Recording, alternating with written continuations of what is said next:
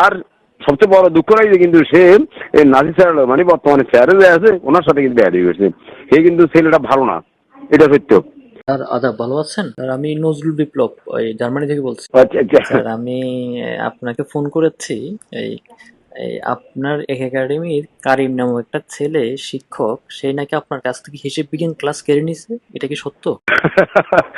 এখন আর সত্য কথা কি, হুম। মাথা কাটে মাথা শিক্ষকতা তো অনেক করলাম।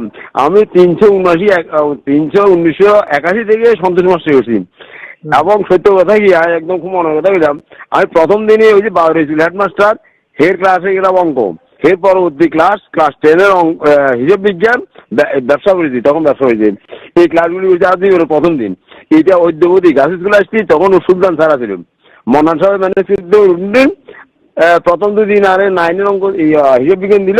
আর তো সমস্যা নেই, গাছগুলো নতুন আসি 1-7 আসি। তখন 2 দিন না 3 দিন পরে মন্নান সাহেব বলে, স্যার আপনি ইয়ে করেন ক্লাস 10টা নিয়ে। আমি নতুন আসি তো কিছু বলার নাই, তো 10-এ লিখি। এই যে সেইখান থেকে অদ্যবধি ক্লাস 10-এর হিসাব বিজ্ঞান পাইছি। আমার মাথা ব্যথা হয়, সমস্যা নেই। তো এ কিন্তু একটা দুঃখ বিষয় যে মানে সুন্দরের মাধ্যমে হেডমাস্টারতে নিতে পারে। হেডমাস্টার যেই হোক, একটা স্যারও তো একজন মানুষ থাকবো। জহির মিয়া নাই, নাসির স্যার আছেন। এখন ওনার সাথে খুব রাব বিহেভ করছেন। মানে আপনি দেখেন না, ইয়া ইয়ার গুরু ক্লাস দেন, আমার দেন না। তো এতে কইলো আপনার বদ্ধ স্যারের ক্লাস ইয়া লিখেন, ইংরেজি লিখেন। কইলে আই দেন উগা, আই যে সাবজেক্ট দরকার হিসেবে দেন।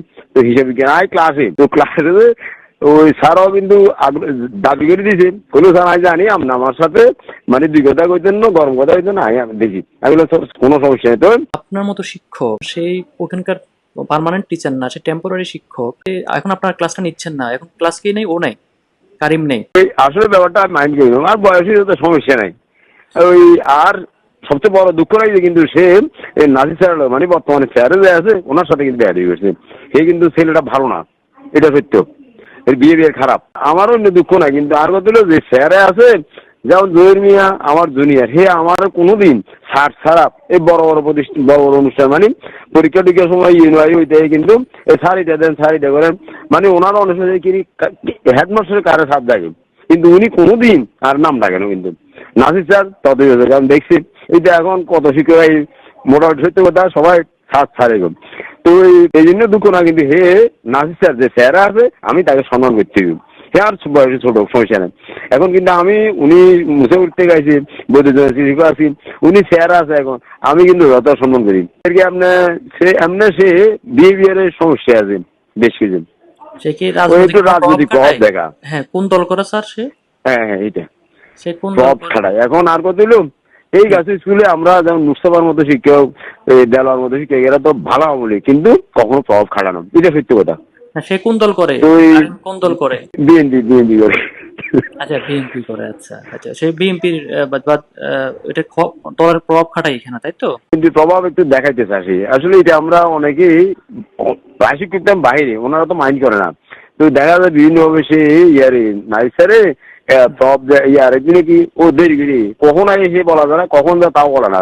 ফার্স্ট পিরিয়ডে উনি আগে না, সেকেন্ড পিরিয়ডে কোনো সময় কন্টিনিউ বসে থাকবে, এবার আস্তে আস্তে আসবে। তিন টাইমে ক্লাসে ঢুকে না সে? এই ফার্স্ট পিরিয়ড তো নাই, সেকেন্ড পিরিয়ড ক্লাস ঠিক মতো হয়। লাস্ট পিরিয়ডে অষ্টমটা ক্লাস দিলে খুব মাথা গরম। স্কুলটা এখন গাছ স্কুল সত্য কথা, আগে সেই ইমেজ সেই সুন্দর পরিবেশ এখন নাই। এটা হয়তো আমি পুরান শিক্ষক হিসেবে অনেক দুঃখ করি। আমরা আমি এখনো বয়সী, হ্যাঁ কিন্তু স্যার, যথা সময় যায় যত সময় স্যার আমি আপনার আপনার রেকর্ডটা, আপনার কথাগুলো আমি একটু ব্যবহার করব। আপনার অনুমতি নিয়ে আপনি একদম ভয় করবেন না, আপনার এই রেকর্ডটা আমি একটু ব্যবহার করব, ঠিক আছে? আচ্ছা ধন্যবাদ। ওই